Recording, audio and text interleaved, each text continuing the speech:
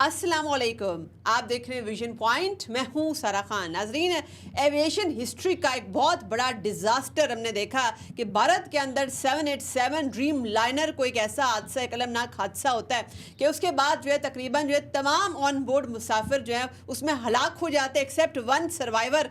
इसमें सिर्फ एक सर्वाइवर होता है। उसके बाद ये अलमनाक सान्या है। इसके अंदर जो है वो इसने चूंकि इतना ज़्यादा कोलेटरल डैमेज भी साथ में किया, एक मेडिकल हॉस्टल के ऊपर ये गिरता है तो वहाँ पर हम अलग होती हैं। अब पूरी दुनिया की तरह पाकिस्तान की जानिब से भी बड़ा एक डिग्निफाइड किस्म का एक रिस्पॉन्स जाता है, कंडोलेंसेस जाती हैं और पाकिस्तान बाकायदा जो है ताज़ियती पैगामात तमाम हाई लेवल के ऑफिशियल्स जो हैं आला सतह के ऊपर भारत को भिजवाए जाते हैं।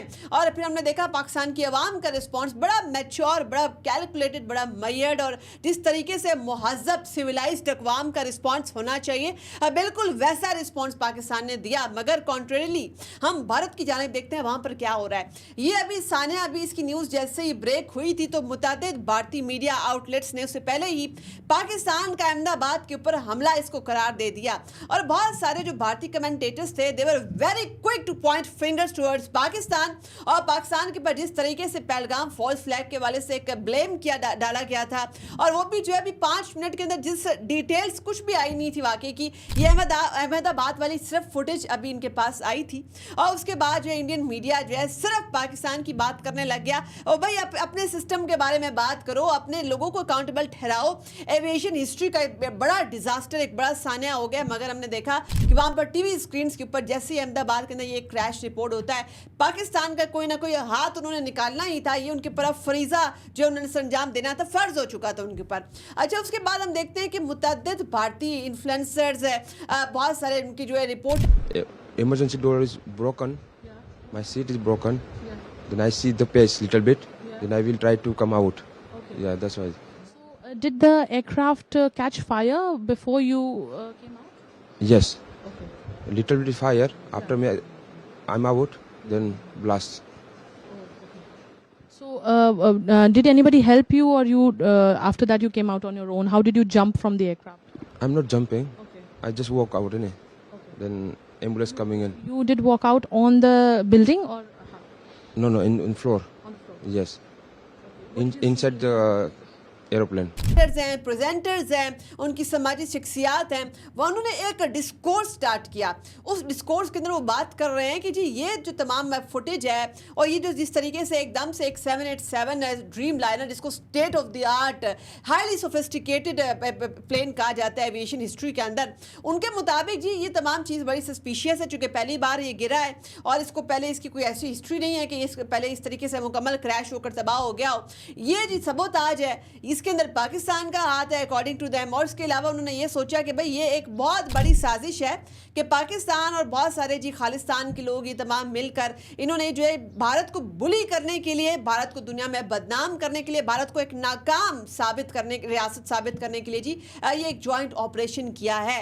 मगर हम ये देखते हैं कि ये जो तमाम के तमाम वो इल्ज़ामात पाकिस्तान के ऊपर लगा रहे हैं, इसका एक सीक्वेंस है, ये एक पूरा का पूरा पैटर्न है। चूँकि इससे पहले भी भारत की एक हिस्ट्री रही है कि वहाँ पर अगर चिड़िया भी पर मारती है उसका इल्ज़ाम पाकिस्तान के ऊपर लगाते हैं। भारत अपने जो है अंदरूनी दाखिली मामलात को फिक्स करने की बजाय, अपने लोगों को अकाउंटेबल ठहराने की बजाय, अपना सिस्टम जो है वो बेहतरीन बनाने की बजाय, अपनी खामियां दूर करने की बजाय और जो चीज़ें उसको एक नाकाम रियासत के तौर पर साबित कर रही हैं उन चीज़ों को, वो लूप होल्स को एड्रेस करने की बजाय भारत जो है बड़ी आसानी से पाकिस्तान के ऊपर मलबा डालकर हमेशा निकल जाता है पतली गली से। तो अब भी वहाँ पर जो है कॉन्स्पिरेसी थ्योरिस्ट जितने भी, चूँकि उनकी पूरी आवाम इस जगह गोडी मीडिया के साथ चल रही है, ये सब के सभी कॉन्स्पिरेसी थ्योरिस्ट बने हुए हैं वहाँ पर। बल्कि लगता है ऐसा है कि उनका हर सोशल मीडिया सारे फीसद का जो है वो एविएशन एक्सपर्ट है, उसका वाबाजी में बड़ा एक्सपीरियंस है और वो बता सकता है, सिर्फ त्यारे की दूर से एक गिरते हुए फुटेज देखकर वो बता सकता है कि इसमें पाकिस्तान का हाथ है। ये एक बड़ा एक अंदरनाक किस्म का सानिया था जिसको इस तरीके से पोलिटिसाइज करने की भारत में कोशिश की जा रही है। अच्छा, इसी का एक और दर्दनाक पहलू इसी वाक़े का वो ये भी है कि वहाँ पर जो अपोजिशन रहनुमा राहुल गांधी वगैरह हैं, ये जब ताज़ियत कर रहे थे इस वाक़े के ऊपर तो उनको ताना दिया जा रहा था, बीजेपी की जो भगत हैं वो ताना दे रहे थे कि आप उस त्यारे के अंदर क्यों नहीं सवार थे। फिर टाइम्स नाउ नामी जो है एक गोडी मीडिया का न्यूज़ आउटलेट है, उसने बाकायदा पिन कर दिया वो 11 एविएशन हिस्ट्री के डिज़ास्टर के ऊपर बनी वो मूवीज़ जिसके अंदर इन हादसा के बारे में जो पूरी कहानी बयान की गई है। इस किस्म की एविएशन हिस्ट्री के जो डिजास्टर्स हैं, उन्होंने एक 11 मूवी की प्लेलिस्ट अपनी साथ पिन कर दी अपने अकाउंट के ऊपर, ट्विटर अकाउंट के ऊपर। यानी कि इस कदर सफाकियत की इनकी ज़हनियत से नज़र आती है, इस कदर इनमें एम्पैथी, लैक ऑफ एम्पैथी है इमोशंस का।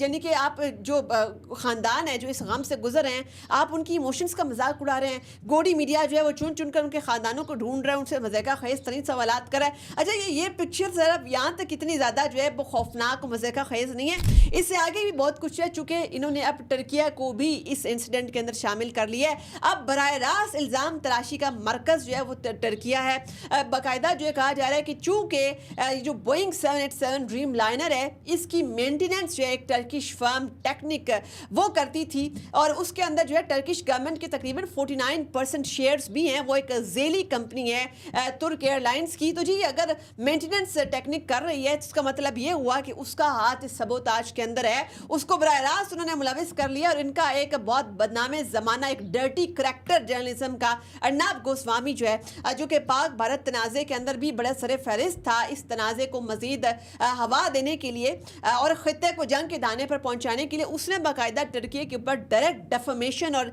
इल्ज़ाम तराशी करते हुए जो उसने कहा कि मैं अगर सेफ फील नहीं करता पाकिस्तानी एयरलाइंस के अंदर या पाकिस्तान की मेंटेनेंस फर्म्स की अगर वो खिदमात सर अंजाम अगर ली जा रही हूँ किसी जगह पर, मैं सेफ महसूस नहीं करता, तो मैं टर्की की फर्म अगर मेंटेनेंस की खिदमात सर अंजाम दे रही है हमारे तैयारों के लिए, एयर इंडिया के लिए, तो मैं तो क्यों सेफ वहाँ पर फील करूँगा। फिर वो बाकायदा टेक्निक के हवाले से बहुत सारी जो है मज़ाक़ा ख़ेज़ बातें अर्नब गोस्वामी लोगों को बता रहा है कि जी ये तो पाकिस्तान के साथ डायरेक्टली लिंक्ड है और पाकिस्तान के साथ चूँकि इसका लिंक बनता है टर्की का भी और टर्किश फर्म का भी, तो इस वजह से एयर इंडिया को कतई तौर पर इसके ऊपर ट्रस्ट नहीं करना चाहिए। और यही वजह है कि ये सानिया इसी वजह से हुआ है चूँकि इसमें टर्किश फर्म मुलविस है अर्नब गोस्वामी के ऊपर। तो बल्कि मैं ये चाहूँगी कि जो टर्किश फर्म टेक्निक है उसको बाकायदा जो है लॉ सूट जो है फाइल कर देना चाहिए डेफमेशन का और जाना अदा करे ताकि इसको उसके बाद पता लगे कि किस तरीके से फॉल्स इंफॉर्मेशन या फेक न्यूज़ देने का अंजाम क्या होता है। अच्छा, अब जो है वो टेक्निक के हवाले से भी एक वजाहत आ गई है। टेक्निक ये जो तमाम प्रोपेगेंडा इंडिया के अंदर हो रहा है तुर्किया के खिलाफ और टेक्निक के खिलाफ, उसको मॉनिटर कर रहा था।